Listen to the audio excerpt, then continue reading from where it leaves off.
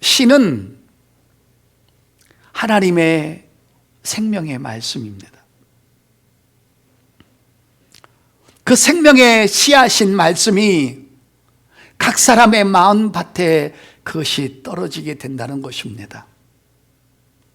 그런데 사람마다 씨는 동일하고 씨는 어제나 오늘이나 영원토록 동일한데 그 생명의 씨앗을 받는 사람의 마음은 시대마다 현장마다 개인마다 다 다르다는 것입니다.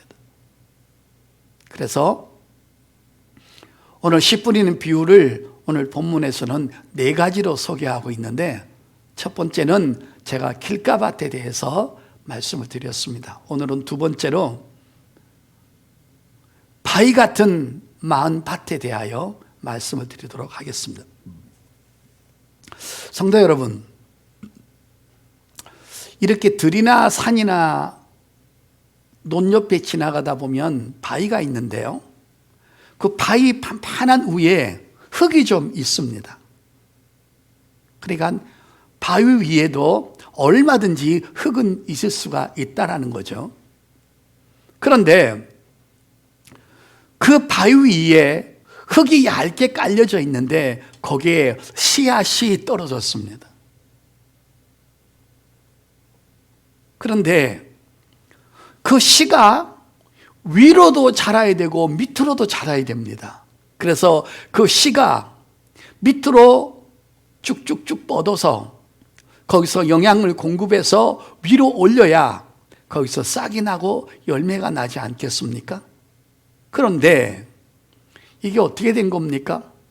밑에가 탁탁한 바위입니다. 그러니까 더 이상 그 씨가 얇은 흙을 뚫고 그 밑에 들어가면 또 흙이 있어야 밑으로 쭉쭉쭉 내려가야 되는데 밑에가 단단한 바위니까, 암석이니까 내려갈 수가 없는 것입니다. 그러니까 밑에서부터 영향력을 공급받아서 위로 올려야 되는데 뿌리를 밑으로 쭉쭉쭉 내려갈 수가 없어요. 왜? 밑에가 바위니까.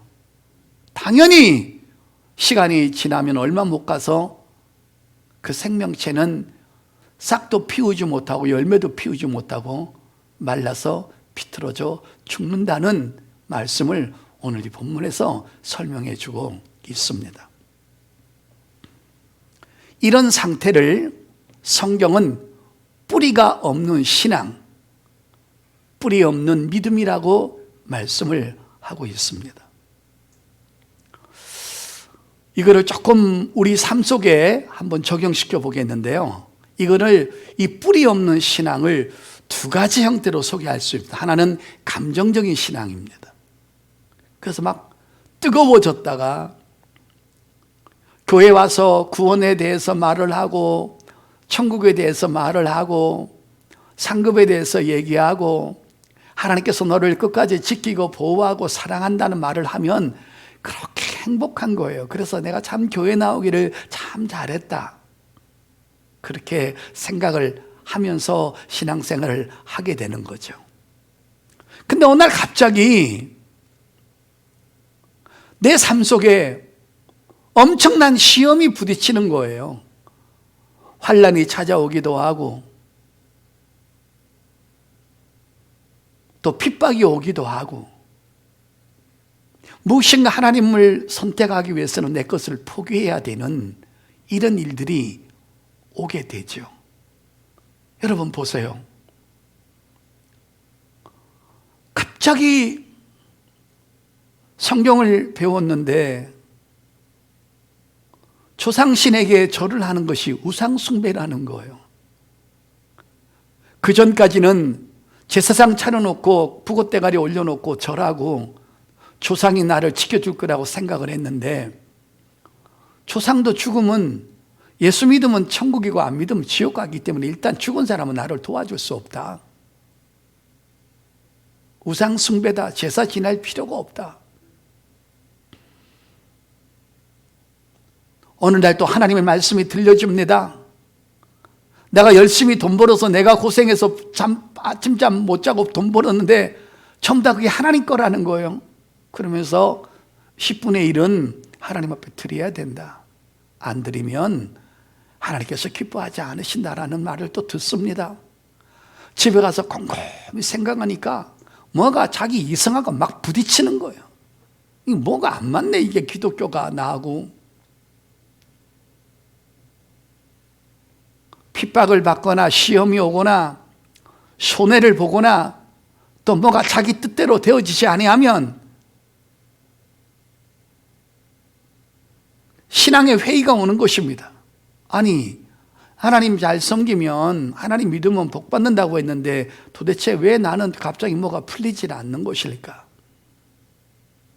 그런 것들 때문에 신앙을 포기하는 것을 바로 감정적인 신앙이라고 하죠. 믿음의 뿌리가 없는 거예요. 그래서 여러분, 이런 신앙을 두 가지로 표현하는데, 하나는 감정적인 신앙, 자기 열심을 내어서 그냥 하는 거예요. 말씀의 뿌리가 없이, 근거 없이. 그 다음에 두 번째가 뭡니까? 기복신앙입니다. 하나님께서 가장 싫어하는 것, 신앙이 두 가지가 있는데요, 하나님 율법적인 신앙이고 하나님 기복적인 신앙이에요. 율법적인 신앙은 뭔가가 선한 일을 하고 의로운 일을 하고 자기 의를 드러내서 구원을 받겠다고 하는 거죠. 하나님과는, 복음과는 원수된 거죠. 그 다음에 또 하나는 기복신앙이죠. 기복신앙은 뭐예요? 복 받기 위해서 어떤 종교와 신을 택하는 거예요. 잘 되겠지. 그래서 어떤 신을 택하고 어떤 종교를 택했을 때는 그 신이 내가 힘들 때, 내가 어려울 때, 내가 뭔가가 아플 때, 내가 필요할 때 그 신은 나는 도와줘야 돼. 나를 도와줘야 돼. 그래야 내가 그 신을 믿는 거야. 이런 기복적인 신앙은 오로지 육적인 것에만 관심이 있는 거예요. 이건 하나님 앞에 큰, 여러분, 원수된 담인 것입니다. 세상의 모든 종교가 그렇잖아요. 복, 복, 복.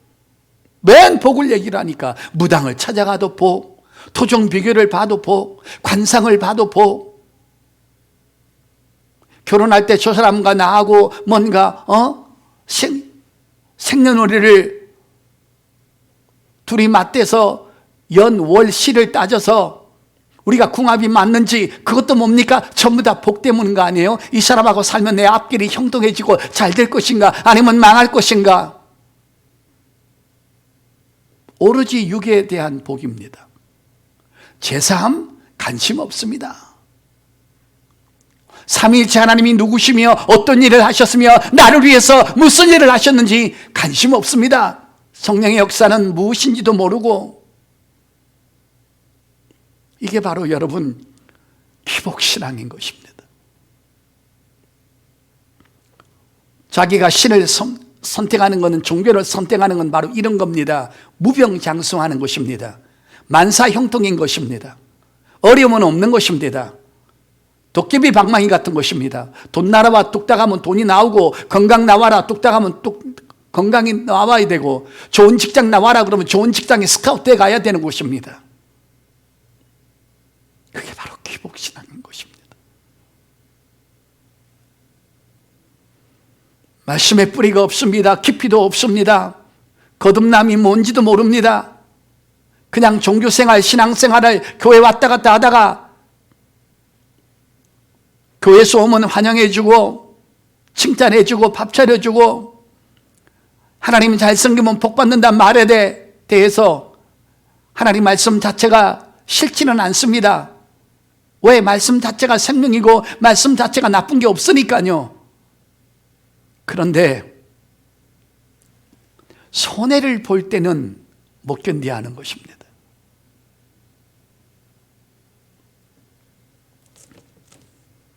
믿음 생활을 계속 하려면 말씀의 뿌리가 깊이 내려져서 시험도 통과하고 고난도 통과하고 뭔가를 견뎌내야 되는데 이런 것들은 전혀 없는 것입니다.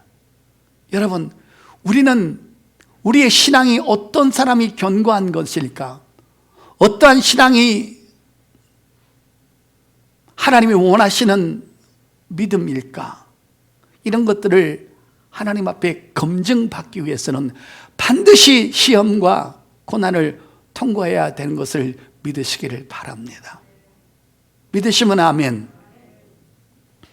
그래서 여러분, 여러 가지 시험이 오면요, 그냥 여러분 한번 보세요. 13절 보세요. 누가복음 8장 13절에 바위 위에 있다는 것은 말씀을 들을 때 기쁨으로 받아요. 교회 와서 신앙생활하면서 기뻐요. 차도 왔다 갔다 태워주고 오기만 하면 감사하다고 그러고 선생님이라고 하고 밥도 차려주고 뭐 얼마나 좋아요. 통닭도 사주고 뭐 밥도 사주고. 그런데 뿌리가 없어 잠깐 믿다가 시련을 당할 때 배반하는 자요 그러잖아요. 손해는 있을 수가 없는 것입니다. 나한테 고통은 있으면 안 된다는 것입니다.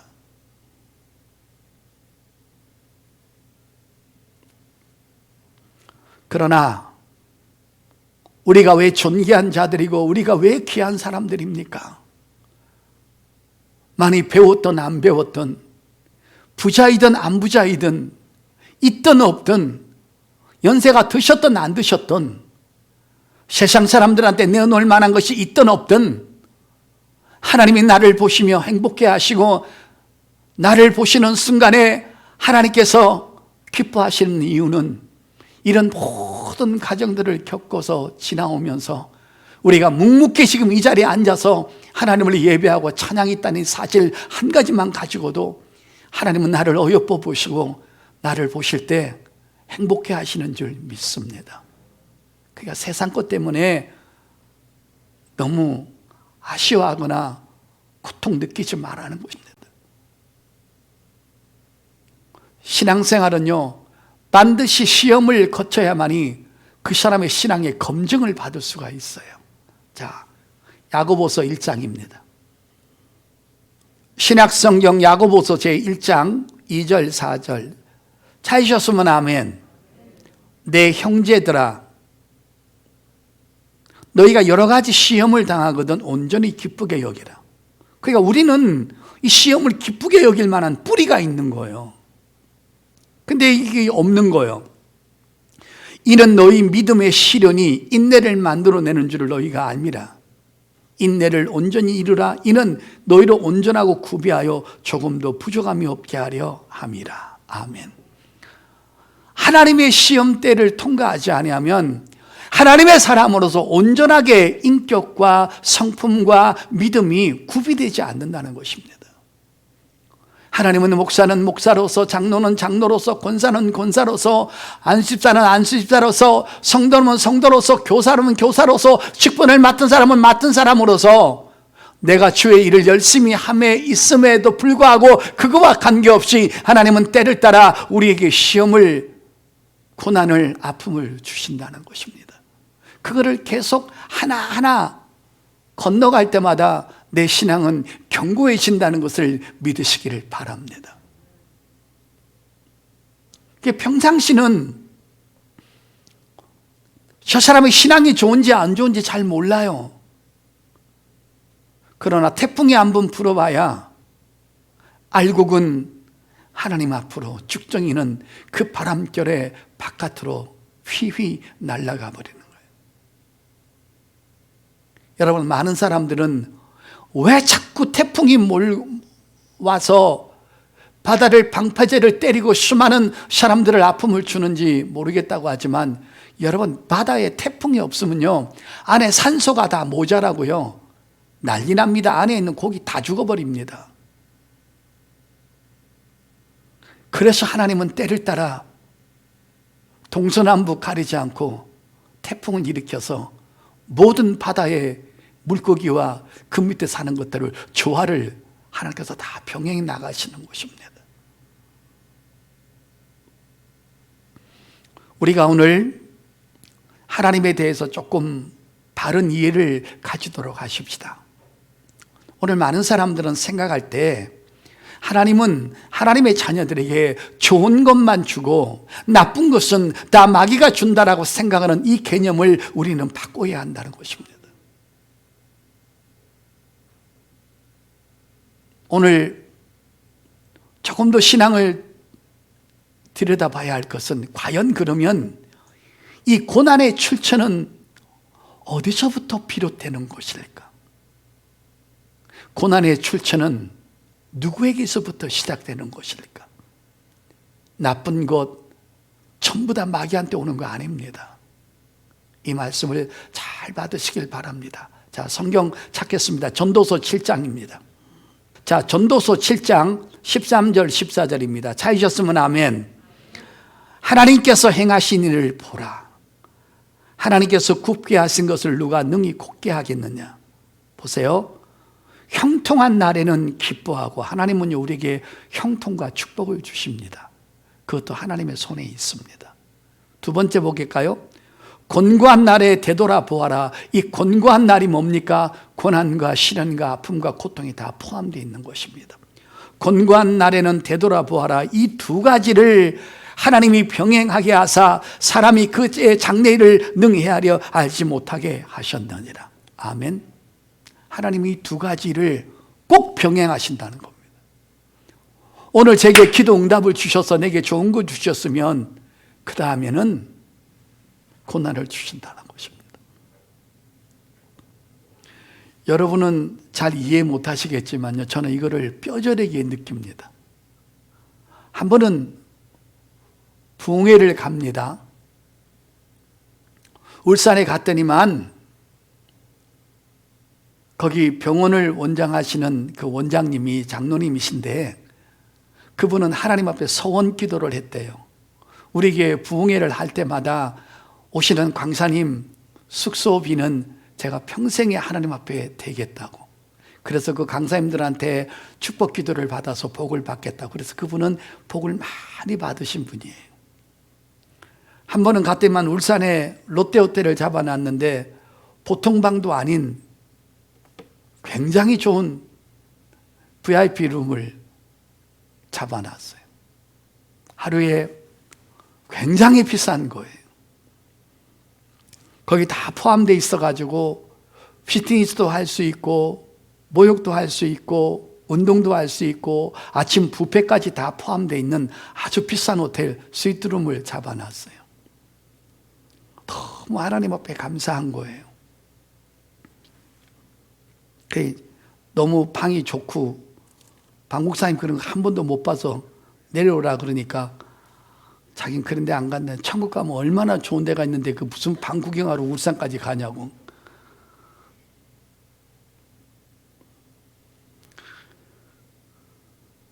대접 잘 받고 은혜 받고 또 양복도 한 벌 얻어 입고 복음 전하면서 주님 때문에 정말 좋은 시간을 3박 4일 보냅니다.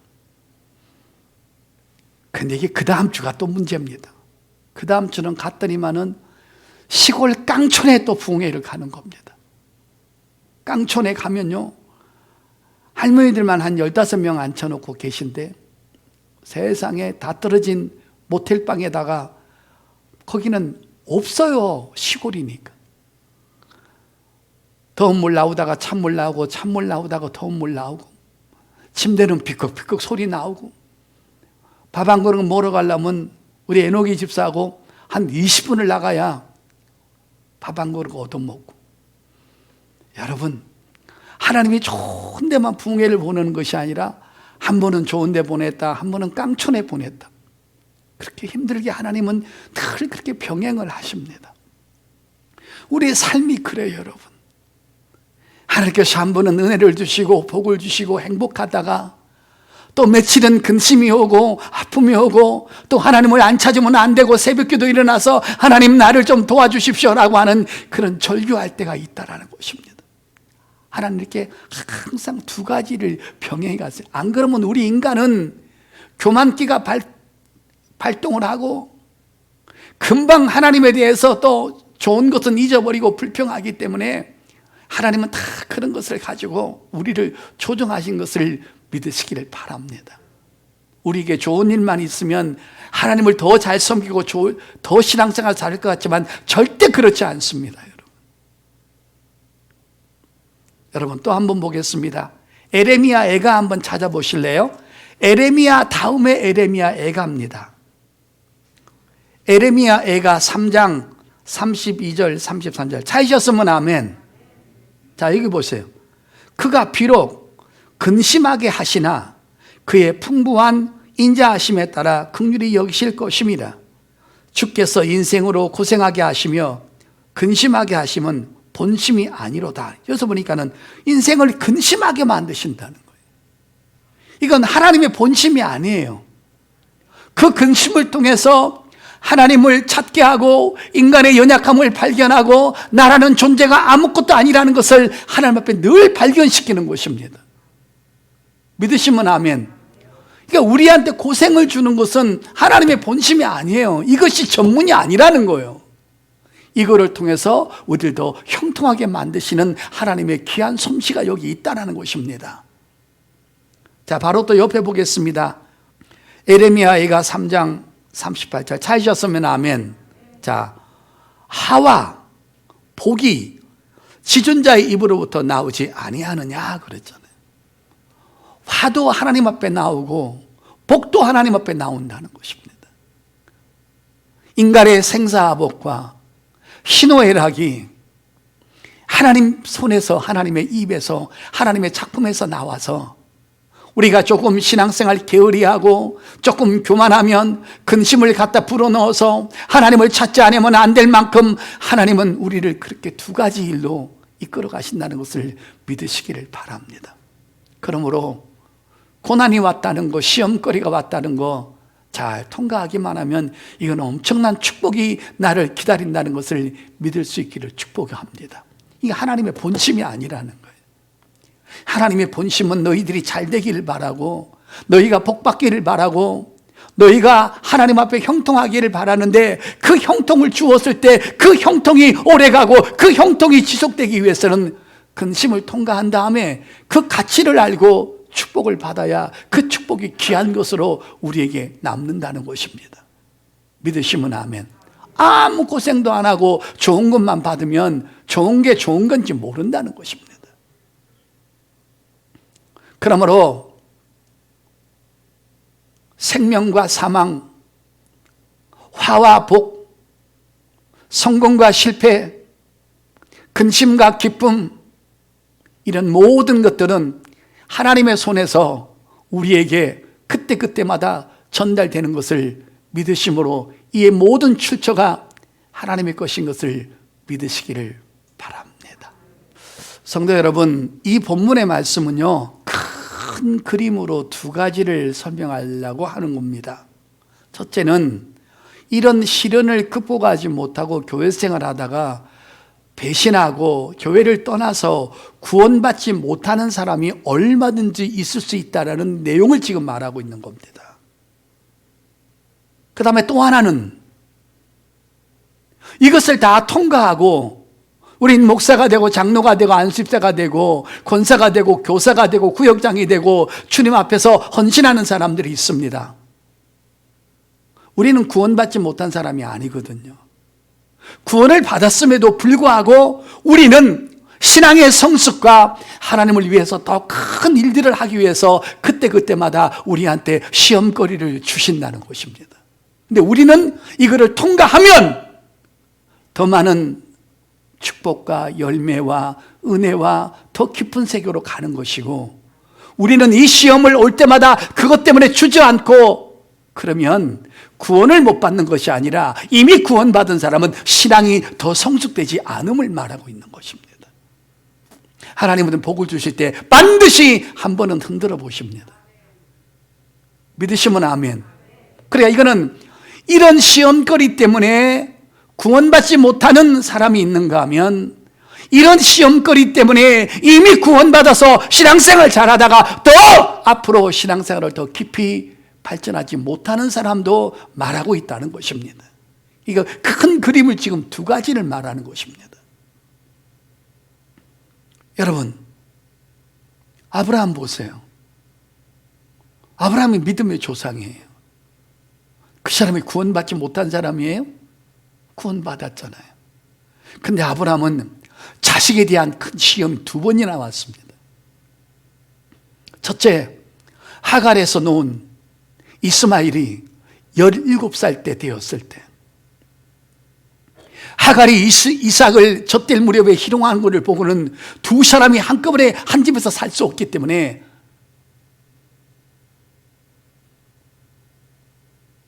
사례가 말합니다. 저 여종과 이스마엘을 내보내라. 여러분, 17년 동안을 아빠하고 살았던 그 자식을 광야에 내쫓아버리면 죽으라는 말인데, 그 사람은 창세기 보게 되면 아브라함이 그 일로 인하여서 깊은 근심에 빠졌다고 그러잖아요. 그것이 재물이라면, 그것이 명예라면, 그것이 돈이라면, 그것이 자기에게 일어난 일이라면 포기를 하겠는데, 17년 동안 본부인은 아니지만 아브라함에게는 생떼 같은 자식 아닙니까? 그걸 내보내라고 그러잖아요. 엄청난 시험거리죠. 그런데 가죽부대에 물을 담아서 떡 몇 개를 가진 다음에 그를 내보냅니다. 왜 보냈을까요? 하나님이 아브라함에게 나타나십니다. 그만 근심해라. 내보내라. 그도 네 아들이니 내가 네 아들을 책임지고 한 민족을 만들게 하리라. 얼마나 기가 막힙니까? 신앙이 성숙되려면 그렇게 아파야 되고 포기해야 되고 결단을 요구하는 것입니다. 이거는 구원받지 못한 사람과 상관이 있는 게 아니라 구원받은 저하고 여러분에게 상관이 있는 것입니다. 하나님을 위해서라면 내 인격을, 내 자존심을, 내 직장을, 내 물질을, 때로는 가족도 포기할 수 있어야 한다는 것입니다. 2번째, 이스마엘 내쫓아보내고 100세 얻은 이삭이 아빠하고 무럭무럭 자랍니다. 그 아이가 20살 되었을 때 창세기 22장에 하나님은 아브라함에게 또 요구를 하십니다. 성경은 분명히 그렇게 말합니다. 창세기 22장에 하나님이 아브라함을 시험하시려고, 여기서 시험은 테스트인 것입니다. 네가 과연 믿음의 조상으로 완벽한 사람이 될 수 있는가? 네 후손 가운데 메시아를 보내주고 그 후손으로 말미암아 메시아를 만들 수 있는 민족을 형성할 수 있는 사람인가?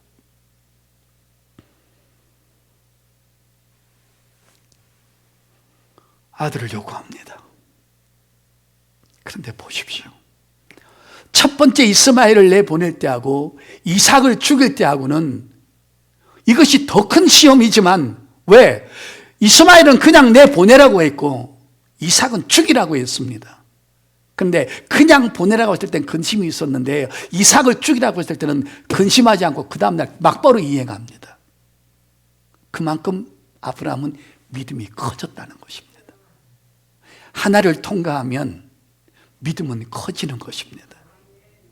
부인하고도 상의 안 하잖아요.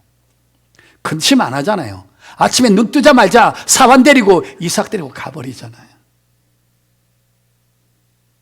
그게 창세기 22장에 말합니다. 죽이려고 했을 때 천사가 말합니다. 죽이지 마라. 네가 이제야 나를 경외하는 줄을 알았도다. 이게 뭐예요? 여기서 이제야란 말은 드디어라는 말입니다. 드디어 너는 믿음의 조상으로 합격이다. 내가 더 이상 너한테는 시험할 거리가 없다라는 거예요. 우리는 그 길을 향해서 달려가야 될 줄 믿습니다. 물질의 시험이 오든 관계적인 시험이 오든 교회 안에서 시험이 오든 그 시험 이겨내면서 하나님 앞으로 뚜벅뚜벅 걸어가는 저와 여러분의 믿음의 대장부가 될 수 있기를 축복합니다. 꼭 기억하십시오. 아브라함이 이삭을 드린 후에 그 시험이 합격한 후에 아브라함에게 드려진 칭호가 너는 내 벗이라는 칭호입니다. 그 전까지는 아브라함이 하나님의 벗이 아니었어요. 드디어 믿음의 조상이 된 것입니다. 오늘 이 그림은 큰 그림인 것입니다. 초신자들이 신앙생활하다가 뿌리가 없어서 감정적으로 기복적으로 자기를 위해서 신앙생활하다가 이것도 해야 되고 11조도 해야 되고 주일도 지켜야 되고 우상숭배도 하지 말아야 되고 뭐도 끊어야 되고 뭐도 포기해야 되니까 기분 나빠서 그냥 스탑하는 것입니다. 배반하는 것입니다. 구원을 받지 못하는 것입니다. 그러나 구원받은 우리는 끊임없이 하나님의 요구가 우리한테 떨어질 것입니다. 그 시험을 통과할 때마다 우리는 찬란한 면류관이 구원이 더 큰 구원으로 이루어지는 것이 아니라 찬란한 면류관과 상급이 하늘에 쌓이게 되는 줄 믿습니다. 그래서 시험은 필요한 것입니다. 성경 마지막 찾겠습니다. 야고보서 1장 12절입니다. 시험을 참는 자는 복이 있나니 이는 시련을 견뎌낸 자가 주께서 자기를 사랑하는 자들에게 약속하신 생명의 면류관을 얻을 것이기 때문이라. 더 큰 구원을 얻을 것이라고 아니라 구원은 왔다 갔다 하는 게 아니에요. 한번 구원받았으면 끝나는 거예요. 그러나 생명의 면류관과 그 시험이 연결되어 있다는 것입니다.